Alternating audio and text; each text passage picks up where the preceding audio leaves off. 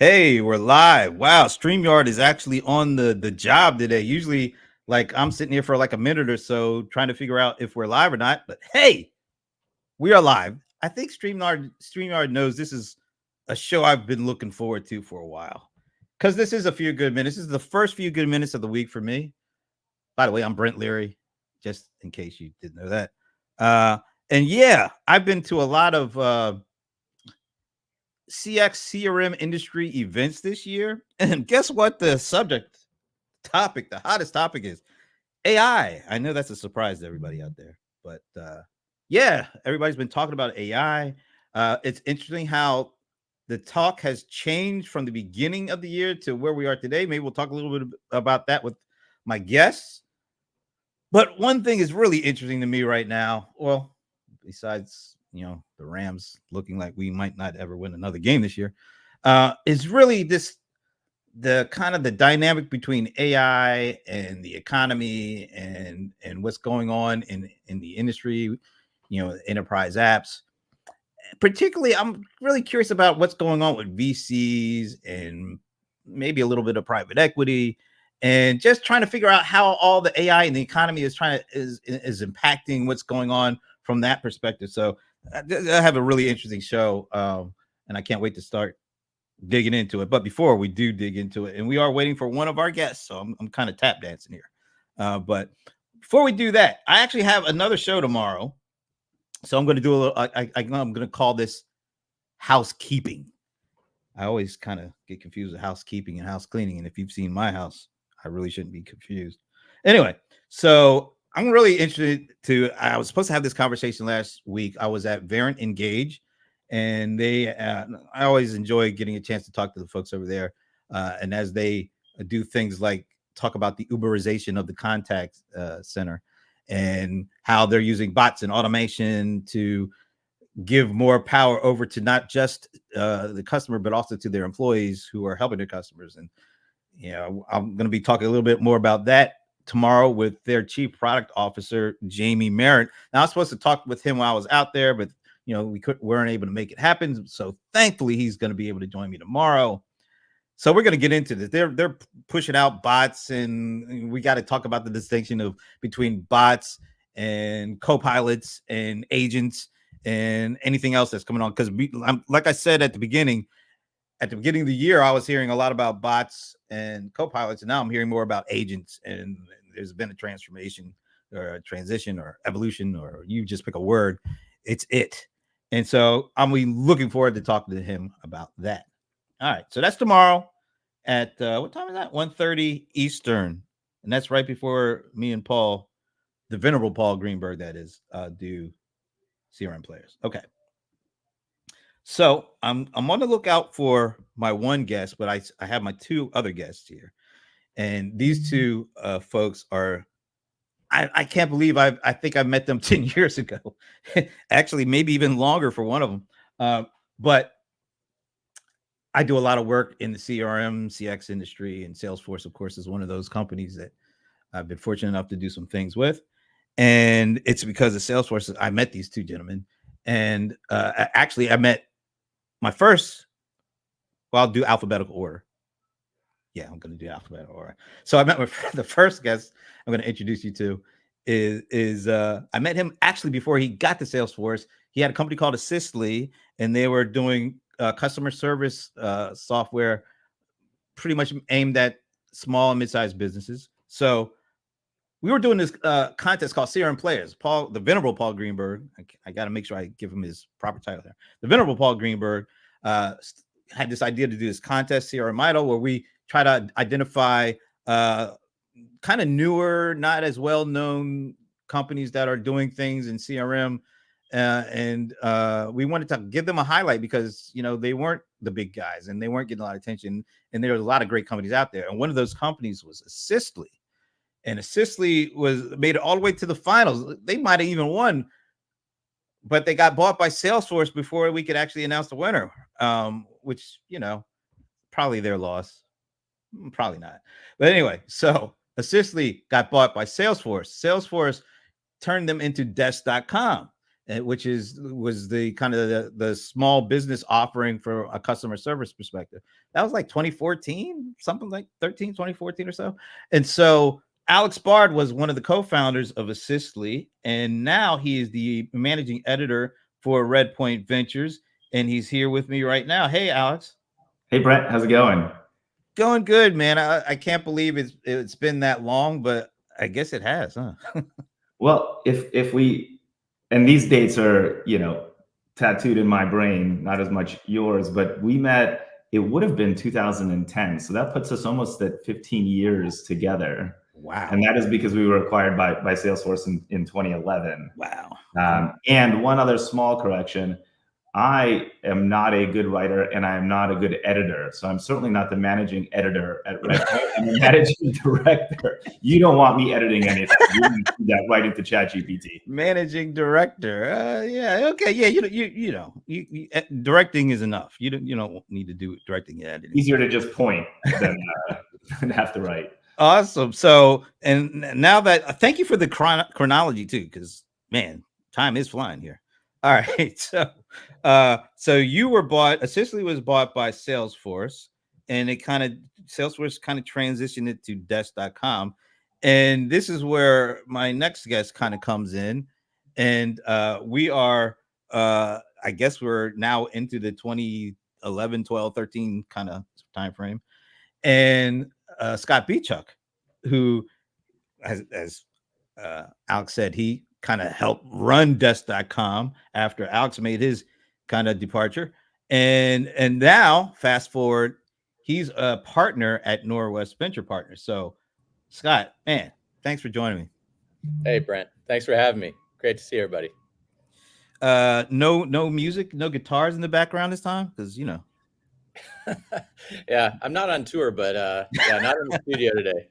Well, what the audience doesn't know, if I could add a little bit of color to this, is one, Scott is an international DJ and brilliant musician, and he won't. But if you see him on the street, grab him and ask him to drop some tracks for you.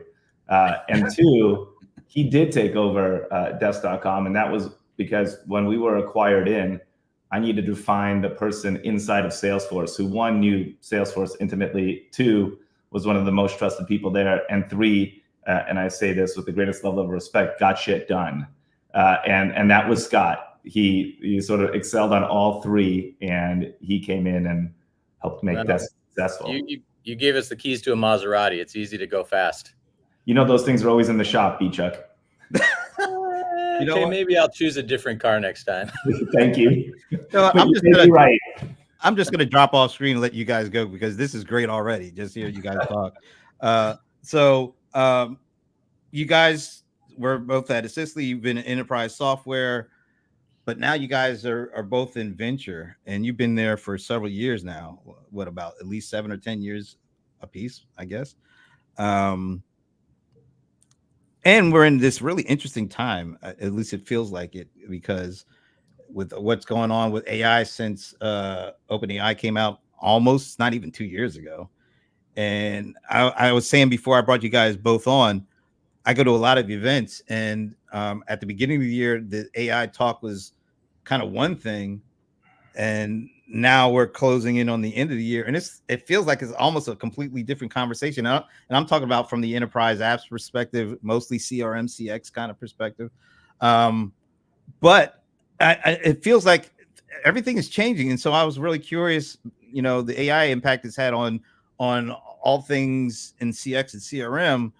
But I'm also interested in all things that it's kind of impacting from your perspective, because you guys are like on the leading front of companies that are doing things that most of us might not know about until years later. But it's the transition, it's kind of the pivot point that you guys are at the front of, that we're probably going to have the impact maybe a year, maybe even less than a year, when it comes to AI in the enterprise. So maybe I'll ask each one of you just take a minute or two to give me like the lay of the land right now, what you're seeing when it comes to what you do in the enterprise space. Because I believe both of you are really focused on B2B SaaS.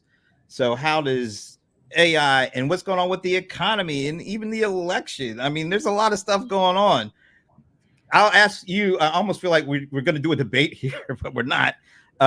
Let me ask each of you to take like a minute or two just to give me your perspective of where things are with what you do and how it's impacting or what AI in the economy is impacting what you do when it comes to enterprise investments, enterprise B2B SaaS kind of stuff. So Alex, I'm going to go in alphabetical order.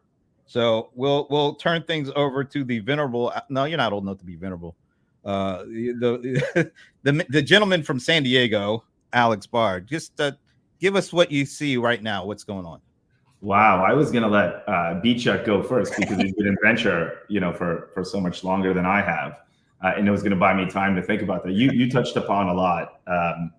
But let me let me sort of start here, and then Scott, why don't you color in all the things that I'm gonna miss, which are clearly going to be significant. The last couple of years in AI specifically, and Brent, that's what you sort of touched upon. So let me springboard off of that. I think have been largely the investment period for infrastructure to ultimately enable application companies to bring AI to different markets and segments. So if you think about kind of like the AI stack, at the very bottom of the stack, you've got the hardware, right? Chips and NVIDIA's, kind of largely the winner there. And some would argue is captured, 90+% of all the profits in AI to date. But you've got the chip kind of hardware layer. On top of that, you've got the LLMs, these large language models that are using these chips, to bring this capability to market. On top of that, you've got sort of an infrastructure software layer that helps you manage these LLMs, deploy them, get data into them, and optimize them for your kind of enterprise use cases. And then ultimately, you've got applications on top. So from my vantage, the last 2 years have been largely investment in this infrastructure area. And now we're going to start to see, I think, some really interesting applications come to market. So that's, kind of one part of it. And I spend most of my time in apps. So I'm really excited about that. The second sort of concept to think about here is we are moving up the rungs of AI capability. And we're moving up those rungs of capability really quickly. And at every new rung, I think a whole additional set of opportunities is unlocked. Even when, ChatGPT 3.5, which was kind of the first model that people like us, regular people, started to really play with and, start to imagine what was possible relative to GPT-4, GPT 3.5, let's say, was like a third or fourth grade student. GPT-4, maybe as a high school student, we've got 5 on the horizon here, and that'll be maybe a college grad and beyond. And again, we're moving up this sort of ladder really quickly, and the capability that it's creating is just unbelievable from my vantage. So how does that show up on the field? Well, on the field, we're seeing this Cambrian explosion of startups that are AI native, that are going after varying market segments, from going after small businesses, markets that largely historically have been overlooked, and applying AI with a layer of innovation and focus on a particular segment, including a lot of blue collar segments, which I think is really interesting. It's going to enable small businesses to do a lot more than ever before, because it's not a productivity technology, it's a do the work technology. Imagine having this army of actually doing work on your behalf. Skills that you don't need to acquire, people that you don't need to pay. So again, it's not about improving efficiency by 10, 15, 20, 30%, which is what historically software has done. This is about doing actual work for you. And so you could point that at, kind of lower end of the market, and I think create a ton of value. So from there all the way up to the enterprise, where you're seeing at the, latest Dreamforce, Benioff talking agent everything, and how that's going to redefine, mid-market and enterprises. And I very much believe that it's an incredibly exciting time. A couple of weeks ago, I was at the All In Summit, and they had, an incredible array of guests, from Sergey Brin to Mark Benioff came and spoke, Elon Musk. I mean, it was just a really sort of some of the forward leaders in thought and technology. And every single one of them universally said this is, throughout their careers, which are long and obviously very storied, this is the most exciting technological time they've ever seen. So that's one goalpost. On the other side, at the same time, the Wall Street Journal published something saying that this is the most overhyped technology, currently that they've seen. So those are your two goalposts, and the football probably lands somewhere in between. I tend to skew to the right. And I think that this is going to be incredibly transformative, which will come, I think, with amazing opportunities for advancing the human race. And it will come with, I think, a bunch of risks too, and turbulence, just like the Industrial Revolution did. But I think this will happen faster. So let me pause there. Lots more to say, I'm sure. But now I want Beechuk to actually tell us what's what. Wow. So you handed me the Industrial Revolution to springboard off of. Not bad. Yeah. You guys need to take this out on the road. This is a great combination. No, that was great. No, that was really great. I would just further amplify that so AI is nothing new. AI has been around mathematically since the 60s. We've been building software with AI for over a decade, machine learning and deep learning techniques. I think what happened is, Google and the researchers there invented this new mode that we call Gen AI. It's a technology that's called transformers behind the scenes. And that new form of deep learning actually kind of opened up the possibilities to move a lot faster and do things at a much higher order of knowledge. And so we are, when in, like you mentioned it, Brent, less than 2 years ago, OpenAI debuted ChatGPT, and that gave the world sort of the keys to try this new technology in a way that's easily consumable by any consumer, any business. And then the art of the possible sort of opened up. The rocket ship was ignited and things started to take off. And I think, like a lot of technology trends, there's a tremendous amount of exuberance and excitement whenever we see a tectonic plate move like that. And I think you've got a lot of smart people all over the planet, certainly a huge concentration here in Silicon Valley, who suddenly saw a new set of tools to build what might be the next generation of software and productivity. And along with that comes some good and some challenge, right? The good is that all of a sudden you can move really, really fast. I mean, talk about taking the software industry and throwing it in a Vitamix. People were like, okay, now what do we do? We can build chat interfaces to just about every application under the sun. We can have co-pilots for, accomplishing almost any knowledge task you can imagine. And so we saw all that in the early days, the last 2 years. And that was happening simultaneously while Alex, he outlined that the infrastructure was still being built. And so what happens when you try to build a skyscraper on top of a weak foundation? Well, buildings start to tilt. I think we saw that in San Francisco here recently. And so that is kind of what you could summarize the last 2 years was a lot of experimentation, a lot of human brain power going into using these new tools to create some products that I think we'll look back on and we'll kind of just think, oh boy, we pushed some things into production that were pilot quality or beta quality, right? Maybe it was hallucinating a bit more than it should have. Maybe we didn't have the right guardrails on these applications. And so you start to think about CX and you start to think about CRM. These are not areas that we can mess with. These have been very rigid applications for the last 3 decades. And I think a lot of users are very accustomed to, I give a software system an input and it gives me an output. It's pretty easy to predict in a rigid system, a rules-based system. But when you've got a black box that is, some form of generative AI, whether that's GPT or whether it's one of the other large language model vendors, we can't predict with 100% certainty what's going to come out the other side for the first time, maybe ever in software development. And so this creates a very, very interesting paradigm where as software developers, we have to think about building these applications in a whole new way. We have to think about, we are going to unleash the power of this knowledge system, this computer knowledge system, this large language model. But our job is less about figuring out what it's going to say, but restricting what it should say and giving it the knowledge, giving it the data, giving it the context to hopefully say the right things. And I feel like that's where we are right now. we're at the point where these models are getting extraordinarily powerful, but we haven't yet reined them in. We haven't made them as accurate as the old generation of software. And so I think right now we're trying to wrap our heads around, how do we make this stuff truly great while still moving at the speed of a SpaceX rocket? Because that's still happening.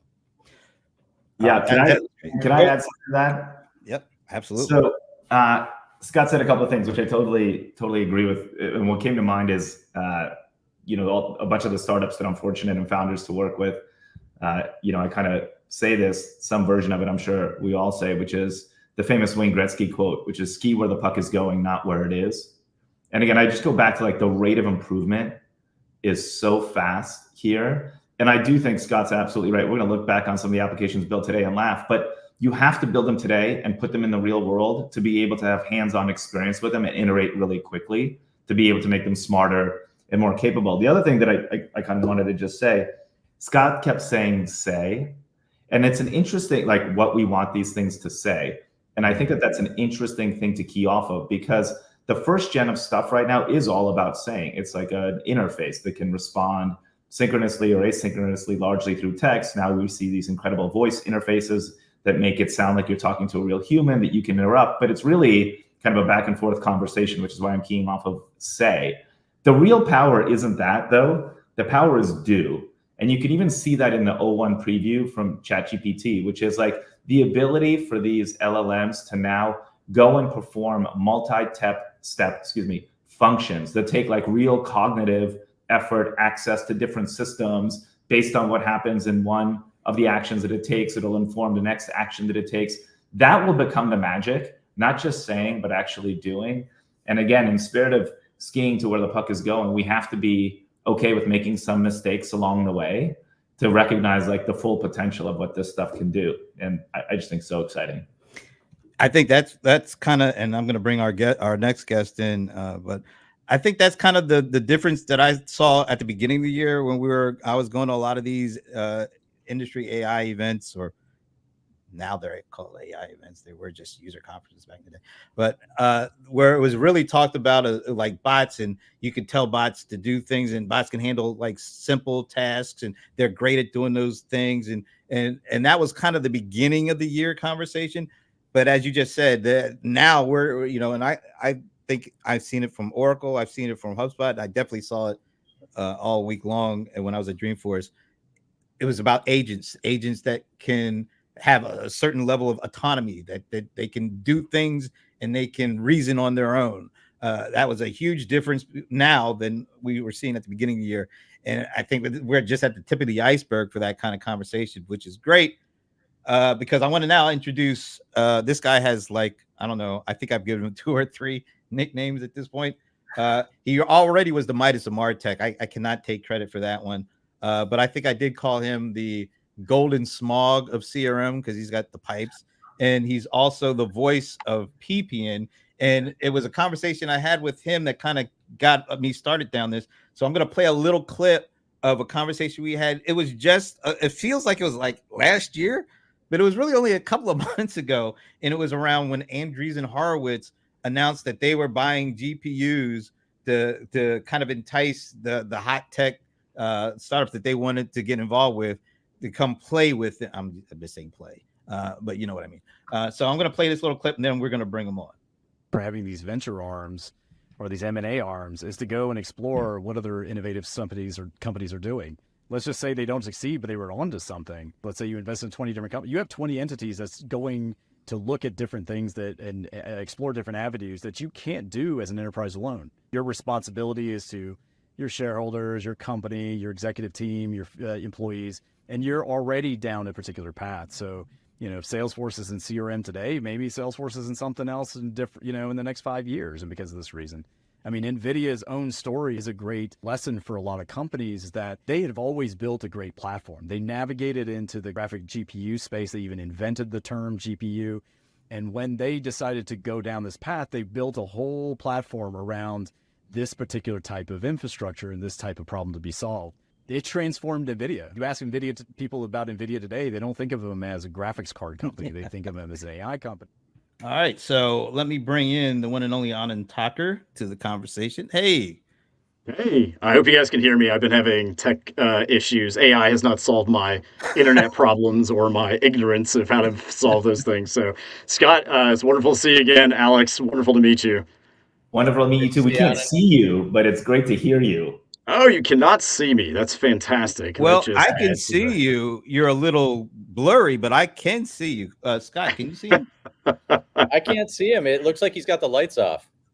Oh, wow. This is really weird because I can see you pretty fine, but you're a little blurry and they can't see you at all. This is ain't tech. Oh, there he is. Oh, there we go. Oh, how about that? How about that? You know, when can you see me now? Yes, but a little blurry. All right, see, when in fault, you can always restart, right? So anyway, sorry to be such a distraction. No, you know what? It's wonderful to be here. They're over on the West Coast. It probably took the image that long to get over there. I don't know what's going on. But hey, honest, I'm glad you're a little bit late because of the technology, because with so many nicknames, it would have been too intimidating. Oh, geez. These guys, I tell you, it's too much. It's too much. Hey, Alex. Yeah, you might be in for one yourself. So, so I'm going to put a little caveat out there. I have a very, very good history with both Redpoint and Norwest from different capacities. So it's so wonderful to see both of you here. And I think I just want to give these guys a shout out because their respective firms have done lots of good for the folks, from the investment side, both for me and for the collective folks that I work with. So I think that if Brent, if you've picked a couple of venture firms that are focused on enterprise innovation and what the future holds, these are the two guys that are absolutely, and their firms are definitely the two that you want to be talking to. Making me sound real smart, but I just knew them from before. And I was like, hey guys, want to talk to me? So anyway, I don't know how much you caught of kind of the opening statements. It's not I've been listening in. Absolutely. It's not a congressional hearing, by the way. It's just, but we did leave the political part to you. I don't know if you heard Brent say we're going to talk politics. So Scott and I particularly, and by design, decided to leave that for you to comment on. Yeah, I think my connection's getting a little bad. I can't. Hey, so Anand, why don't you give us your take? Like, where are we today? Because I know you have been angel investing. You've been on VC side. You've been on the private equity side. You've definitely worked at companies in the enterprise. You've sold off companies, and so why don't you give us your kind of where we are today when it comes to kind of the state of VC, PE, and what it's done in our industry, and what AI is kind of doing with all of that. Yeah, I'll give you guys a quick background just in case we have some new folks who are listening in. This is my third wave. I mean, just specifically, I have an eclectic background, but this is my third wave of AI. I met Seymour Cray for a very, very short interesting story for another day. Actually, that's what led me to Norwest in sort of a path. And I was working on artificial neural networks. That was about 25 years ago. Then there was the wave of machine learning, which I largely, was really largely something we dismissed because the application of that was far superseding what the aspiration, it was underserving what the aspiration was trying to hold. And of course, the deep learning side was certainly moving forward. And of course, I've been following the large language model, arena, the chat GPTs.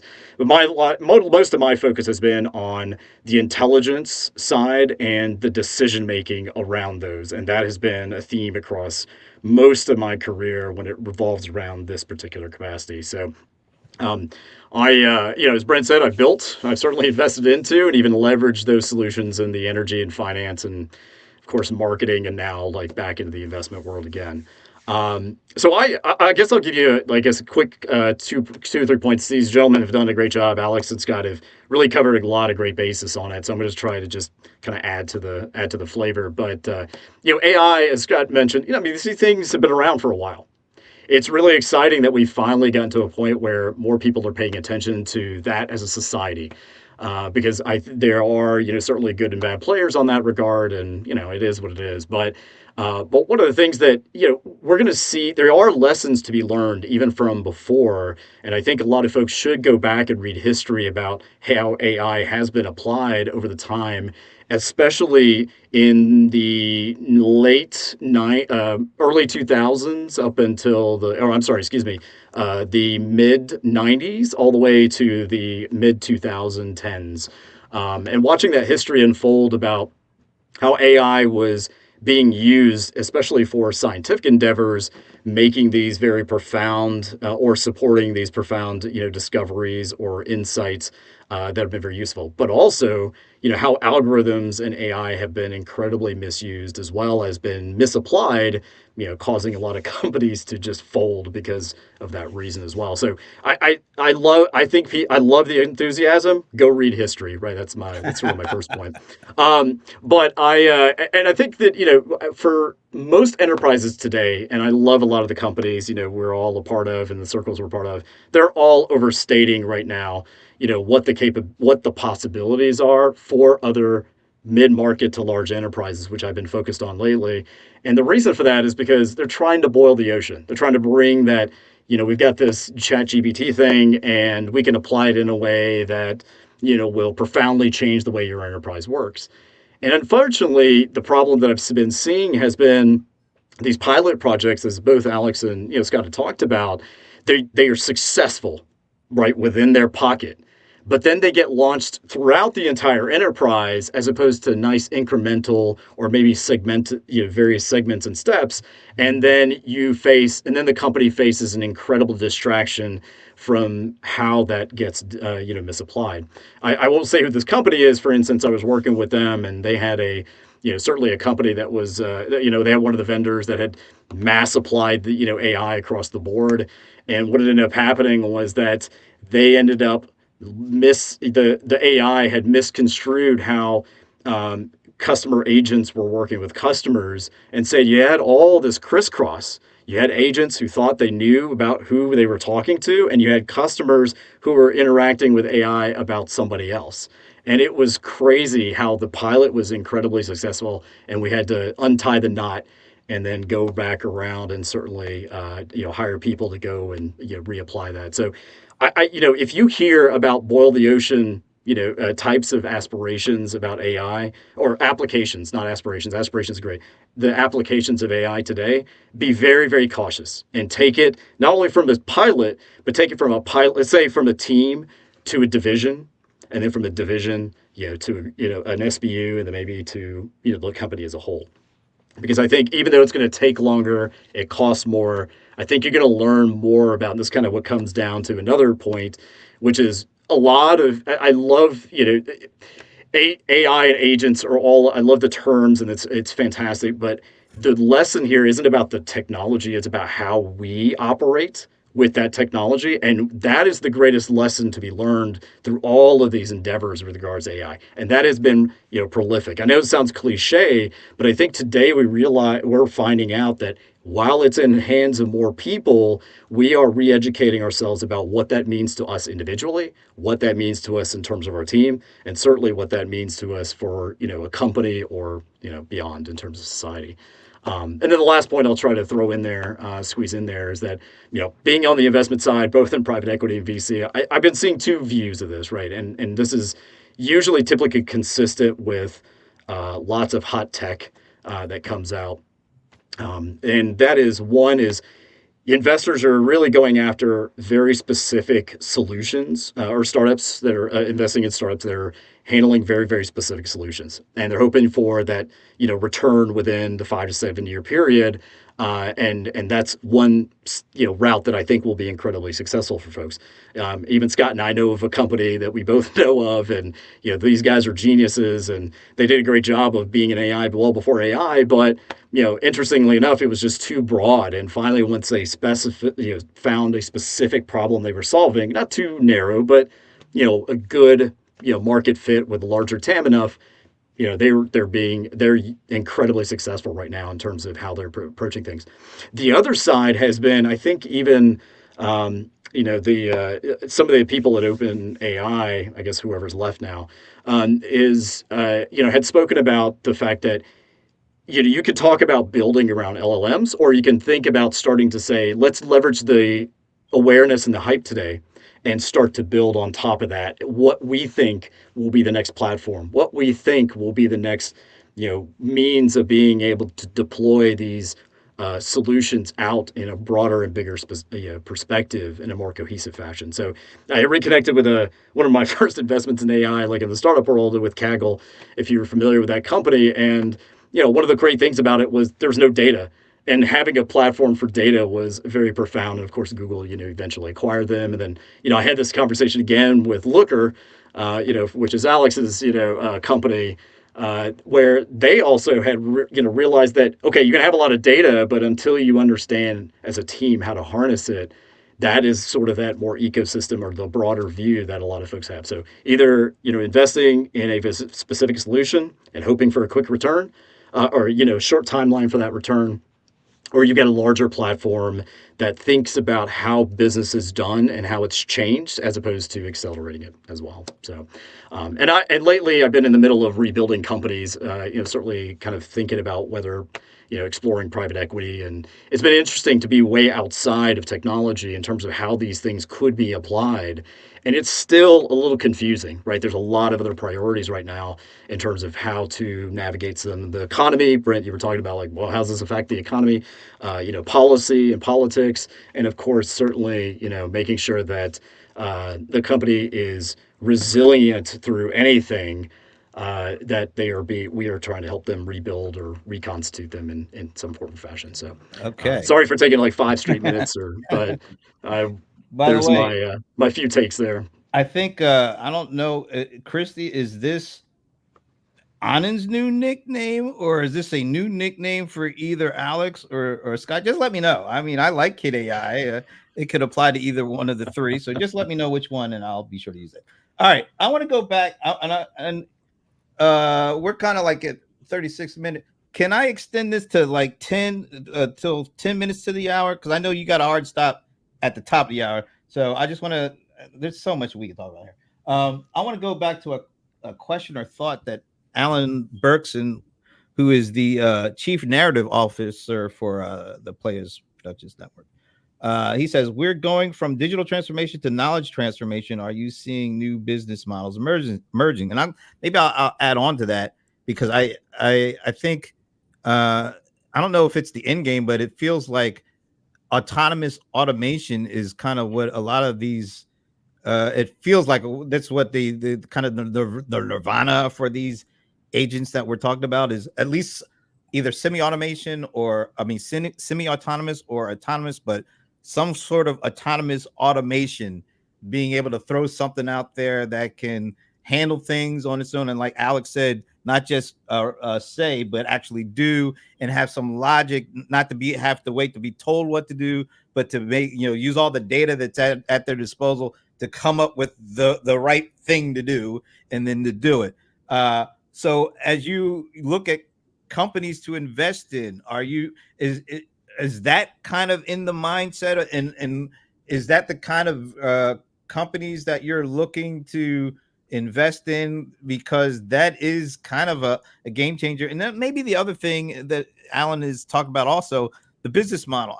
I'm hearing a lot about consumption models, and traditional SaaS is more subscription based. So are you seeing any turn towards consumption? And also, what role is autonomous automation playing in the kind of companies you're looking for? This is Alex's favorite subject. Oh, Beechuk and I debate this thing all the time. We're on a couple of boards together. I do love this stuff. I'll go first, Beechuk, because you set me up for that. I'll start just really quickly with a comment on Anand. Obviously, your nicknames are all well deserved, because I think what you said is absolutely spot on. As you were talking about it, you kind of made me reflect on the past. You said, look at the past and see what's happened there. The thing that it reminded me of is actually the Gartner hype cycle. If you guys can visualize, what that looks like, and it's like the technology trigger, which to me in this case, really where it's brought it, I think, into the spotlight is the GPT public release that people have really started. Because you're right, this stuff's been around, Scott said, since the 60s. He was born then, so he should probably know that. I thought it was a little bit later, but nonetheless, he cryogenically freezes himself. That's why he looks so good. And I think Kid AI is his nickname. But like, you had the trigger. We could debate what that trigger was. And then you've got this like peak of inflated expectations, which is like kind of where we've been, I think, in the last 12, 24 months. You're starting to see us going into the trough of disillusionment, which I think is back to what, Anand was saying. Like, people are trying to implement this stuff and it's exciting at first. And then you start to see some of the real challenges that present themselves as you try to scale it more broadly. And then you come out of that, and I don't know when we sort of come out of that, and the reminder of the hype cycle is you've got the slope of enlightenment and then this plateau of productivity. The only thing that I would say is I think we're going to get through that hype cycle much faster than we ever have in the past.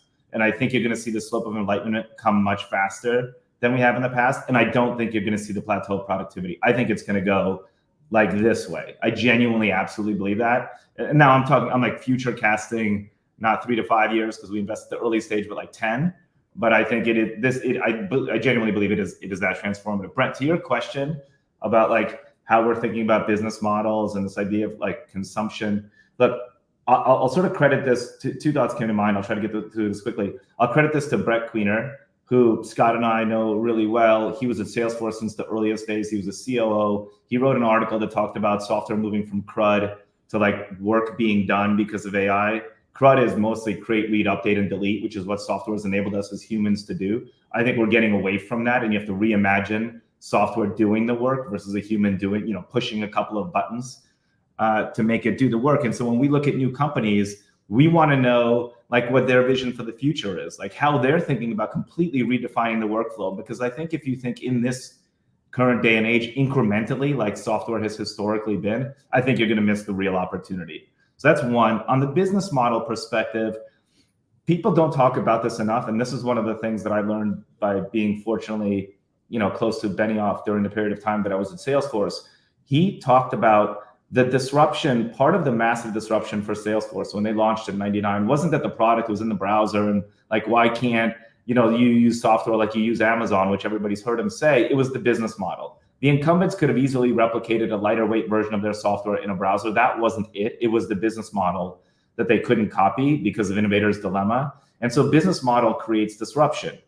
You had SaaS as a business model disruption. More recently, you've had freemium as a business model disruption.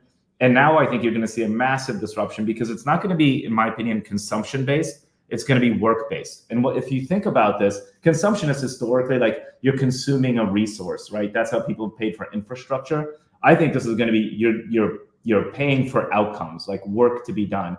And the interesting thing that will happen here is if you think about budgets inside of a company, the software budget is an order of magnitude less than the labor budget. And this new sort of paradigm shift where it does the work will expand the historic software budget meaningfully because it will eat into the labor budget, which will enable you to reduce. Now that comes with all sorts of other complications that we could talk about on humans, but like that's kind of what I think is very exciting. And any company that we see now being born today is looking at this sort of work-based pricing, as is Salesforce and everyone else, because that's what I think the market is ultimately going to demand and pay for. Scott? I mean, I think, again, I handed the baton to Alex because he really has been leading the charge here. I think he's a thought leader across the venture industry and how we're starting to think about this. You saw at Dreamforce this year, Salesforce took a stance, which was really interesting to see. They said, hey, the new world, we have to pivot into more of a consumption-based model.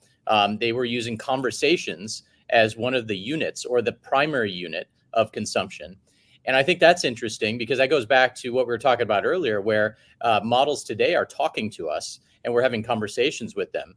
But that is not where things are going at all. It's going to be a combination of interacting with models in, speech and video and text. But then also, as we get into the AI agent world, where we talk about, multimodal AI assistants and large language models that are completing complex multi-step tasks.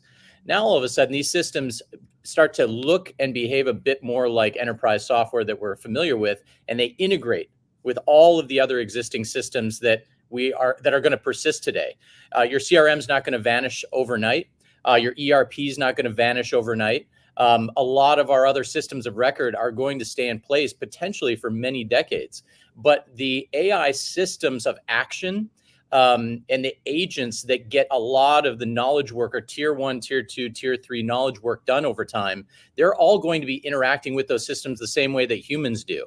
And so the question becomes, how does the business model of these new businesses and these new products have to change? And if we just boil it down to consumption based, that's easy to say, but I think the nuance is far more complex because context matters a lot. What is the agent doing? Is it answering customer service requests?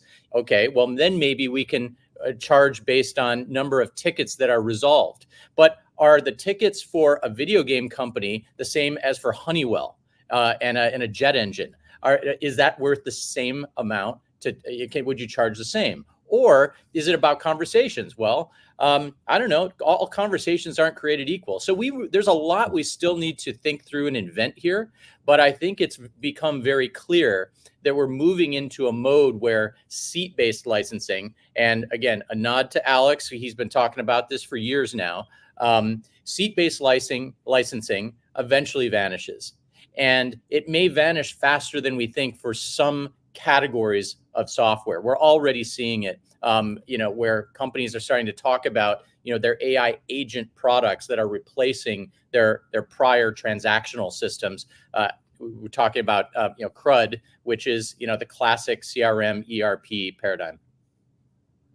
All right, Anand, we got like 2 minutes, so you want to give a quick? Yeah, no, it's great going after these guys because then I don't have to cover a lot, right? They've already done it. Business model wise, I do agree the consumption, one of the biggest challenges has been, and you see even threads on Reddit on how to reduce your Salesforce seat count as an example, right? Because the seat does not now no longer, the granularity of the utility of that software is what's changing business models over time.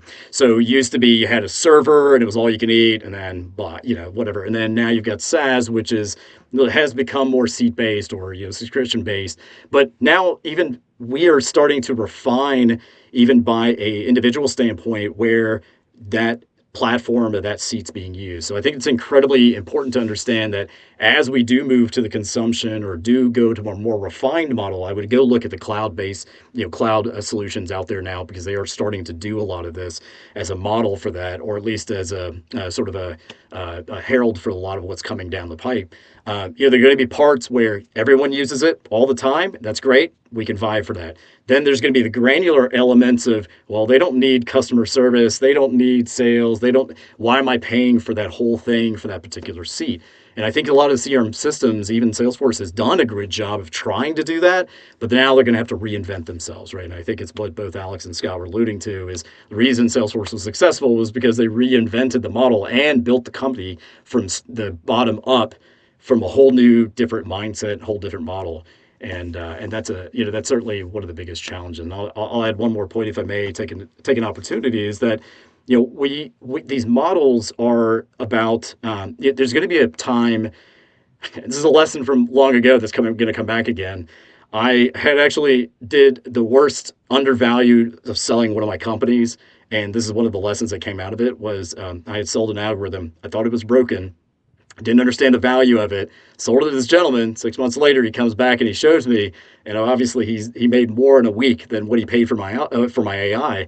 But the lesson that I learned from there is he has AI that was controlling other agents, for the lack of a better, to apply today's vernacular, right? So he had a main AI or primary driver that was navigating agents. So now how does that also now start to play into the possibilities of what these new models will look like? Because now you have these agents, or you have a primary AI that is, really overseeing the company, sort of a Jarvis, if I could just throw, for those MCU fans that are out there that are managing, everything that's going on, adjusting consumption levels, adjusting usage, maybe even, negotiating with vendors on new pricing based on volumetric, feedback. So I'm excited to see how this does play out. And now that we're certainly more enabled in it, but like everything else, we had to get to a point with SaaS to even come to this particular point as well. And Alex, Scott, and Brent, one day we'll sit down and come up with a whole new model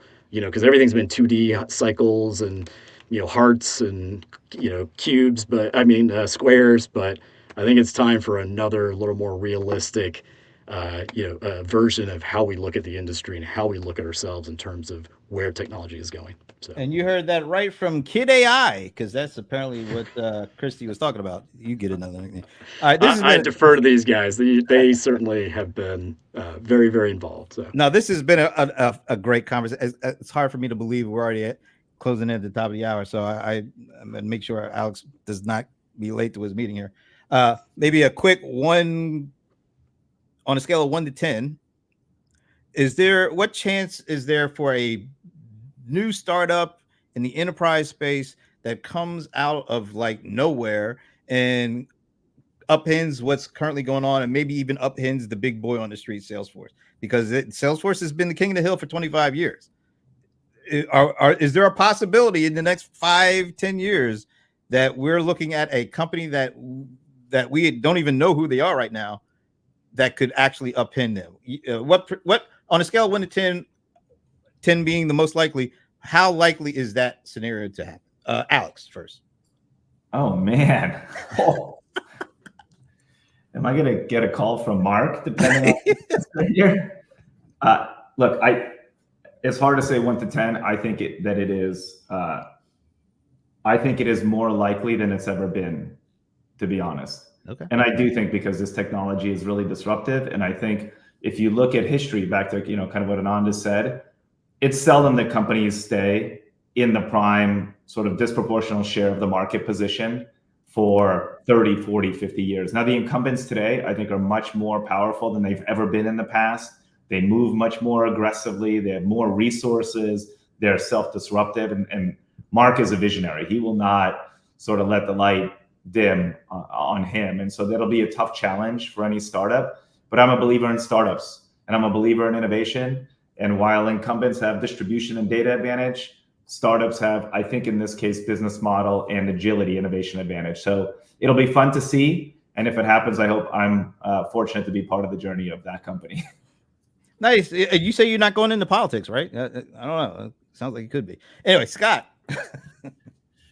Well, yeah, I mean, I think we can single out a lot of really powerful large enterprise software companies. Salesforce is obviously the largest pure play SaaS company in the world. So it's an interesting one to talk about. But, Salesforce used to be a CRM company, and now they're kind of an everything company. They're a true platform company with dozens of applications. And so I think, there are going to be categories that AI disrupts more quickly than other categories. And so, and by the way, I would echo Alex's sentiment. Mark is not somebody who will stand by and let things out innovate him. He is, even though it's a $35 billion revenue company, it behaves like something that's far more agile. So it's going to be really interesting to see how they duke it out. But like all companies, they're going to have to prioritize. And so, they're going to probably put a lot of effort. My hunch is they're going to put a lot of effort on their core businesses, and they're going to pivot as fast as they can into this new world. They renamed Dreamforce Agentforce. I mean, if anything, they're an incredible, positioning and messaging company. And this, he's fully embracing it. And so I think the likelihood that, they instantly get disrupted is very low, but the risk is very high that little bits and pieces of that company, which is a massive platform today, can get out innovated over time because startups move fast and startups iterate fast. And one of the fun things about our job is that we get a chance to interact with some of the most creative thinkers, the most energetic founders who just aren't afraid to try new things, 100 new things a day, to see what's going to work and what models are going to work and how to apply this technology in new and innovative ways. And they can take risks that large companies can't take, and that allows them to move faster. So it's going to be really, really exciting. And I just like Alex, I'm really, really blessed and excited to be part of this. And I think the next few years are going to be some of the most interesting and exciting years of that we've seen here in software. Two great answers. And you guys do have a future in politics, fellas. I'm just letting you know. All right, I need a real quick answer for here because we got to get Alex out of here. I'll just make one statement. I mean, I do believe that certainly one of these two companies here will probably figure it out. There's a good high chance that that's definitely the case. But the statement I'll make is that I think that only way that a company will make that leap or become, overtake these larger companies is that they're free to grow in that capacity. I've been doing a lot of M&A, or not a lot, but I've been doing M&A and working on corp dev, and I will tell you that there is a drive for companies and startups who have investments to return that investment, and until they get unshackled or unleashed, by either going public or, privatizing themselves or something along those lines, it's going to be a really, really hard thing for them to be able to make that happen. It's rare that a company gets acquired by somebody else, say within the whole VC ecosystem, and really transform a company. Salesforce did get, Salesforce became a public company. HubSpot became a public company.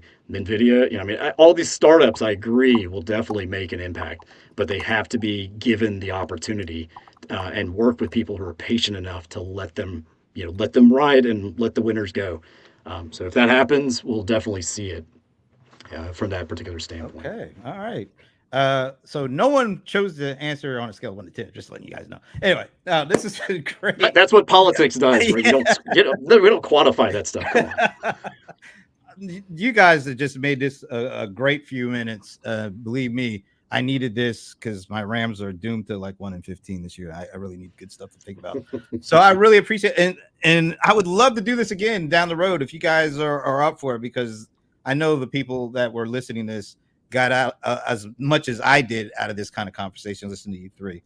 So thanks to Alex Bard, thanks to Scott Beechuk, thanks to the Kid AI, apparently now, Anand Thaker. And I will see you tomorrow twice for a few good minutes and for CRM Players. So until then, thanks again, and I will see you tomorrow. Thanks, Brent.